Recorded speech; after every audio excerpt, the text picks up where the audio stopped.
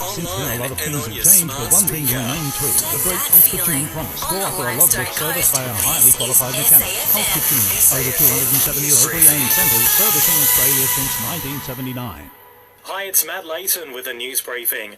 Motoring groups say cutting the fuel excise isn't the answer to lowering petrol costs, despite a state premier writing to the Prime Minister asking him to give families a break. 44 cents from every litre we buy is pumped back into Canberra's coffers, and South Australian leader Stephen Marshall says we can afford to scale that back.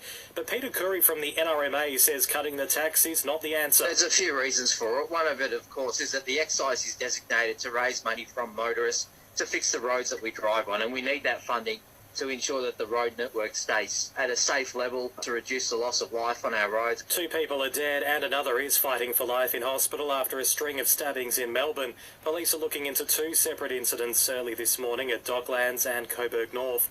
Acting Superintendent Troy Papworth says one of the victims was a 16-year-old boy. We are concerned about the incidences that have occurred across the weekend. These are serious incidences, and a number of young men have lost their lives as a result of these incidences. We're taking these incidences very seriously, and we have a number of police devoted to these investigations. 2 people have been killed in a head-on smash in Western Australia's Goldfields region. It happened early this morning on the Great Eastern Highway between Kalgoorlie and Coolgardie. And the New South Wales Premier has promised a $25 million mental health support package for flood-affected regions.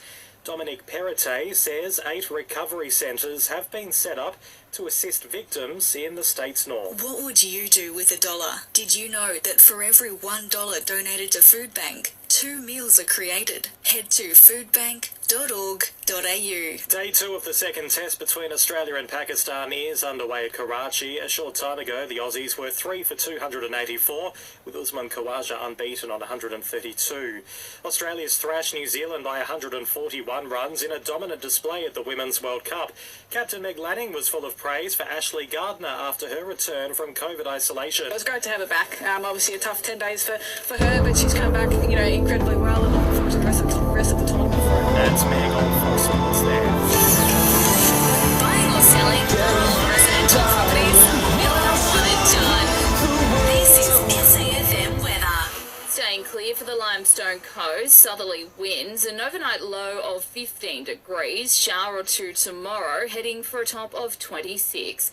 And the Listener app is the new home of your local news. Join now to listen live or on demand.